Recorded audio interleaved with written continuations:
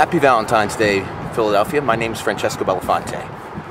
I am introducing the Give to Live Foundation today, the beginning of the end of irrational suicide in America, joining imagination to common purpose and necessity to courage to halve the U.S. suicide rate by January 20th, 2017. IamRocky.org is home base for an audacious project of the Give to Live Foundation, a foundation dedicated to increasing public awareness about suicide while working to help suicidal people continue to choose to live. The foundation's activities include 1.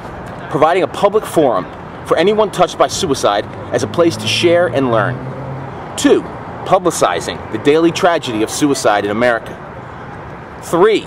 Collaborating with private and public sector organizations and institutions to develop creative and innovative programs to help suicidal people choose to continue to live. The purpose of this project is to cause a groundswell of activity and a tipping point which leads to a shift in mainstream thought, conversation, and action, and eventually a peaceful revolution in mental health care in America, with the aim of drastically reducing the needless suffering of people deemed, quote-unquote, mentally ill. My purpose is to entertain and to illuminate and to inspire people to think and act in new ways to cause social change.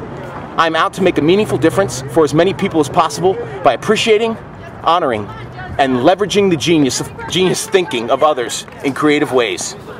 It is my aim to lead a conversation to help people see themselves in others so that they can see how we are all connected, how we are one.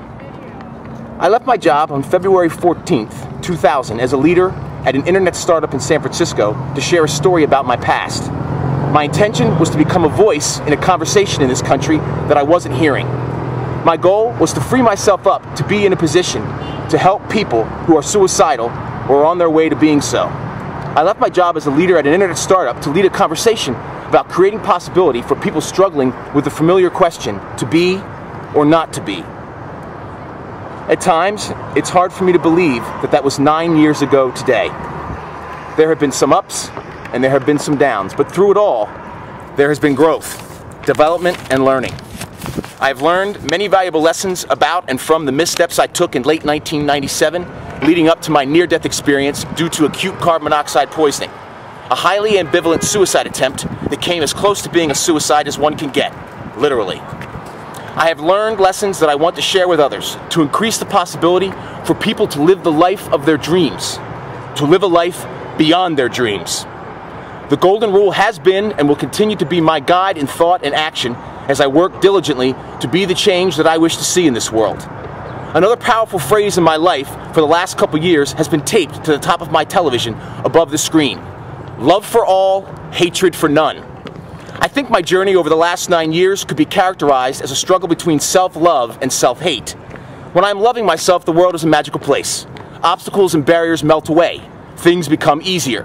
Whatever is needed, whatever is desired just seems to show up. Abundance abounds. My relationships flourish as the love I have for myself shines a beautiful light on me and the people around me. The times that I truly embrace this love, this light, it is as if I am living in heaven on earth, a veritable Garden of Eden. Fear of any kind ceases to exist. Peace prevails, and well, it can seem and therefore be all good.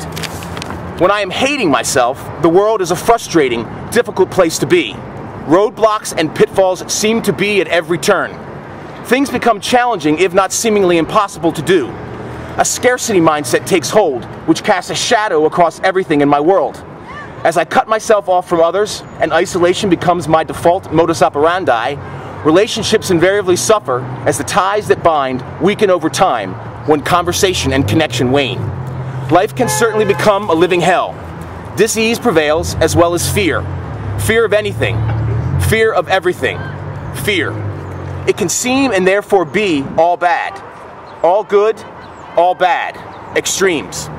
I could go on, and that is precisely what I am planning on doing, online and here at the Philadelphia Art Museum, living life out loud to call myself to be all that I believe I can be, to cause possibility around reducing the daily rate at which people end their own lives in America from 80 to 40 before President Obama leaves office after re-election January 20th, 2017. A couple final notes. If you're looking for somebody to love this Valentine's Day, always remember, never forget, if you are unable to love yourself, chances are you will be unable to love anyone else. Grab a card.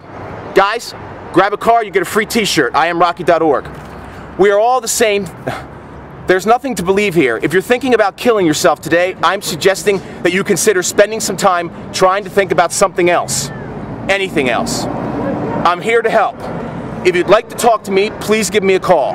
My Skype telephone number is 215-268-6855. If you prefer, please feel free to email me at incredulity@gmail.com. Also, I will be here at the Art Museum steps again tomorrow. For details, please visit IamRocky.org. By the way, I am not a suicide prevention counselor. Please do not call my number with the expectation that I will necessarily answer. Please know, however, that if you do call me and leave a message, I will call you back if you leave a valid number. If you are in the midst of a suicidal crisis, please consider seeking help. Talk to a friend or family member, call your doctor, call 911, or call 1-800-273-TALK. Thank you for your attention, and be well. Happy Valentine's Day. Happy Valentine's Day, brother. Go be Rocky and run up the steps, huh?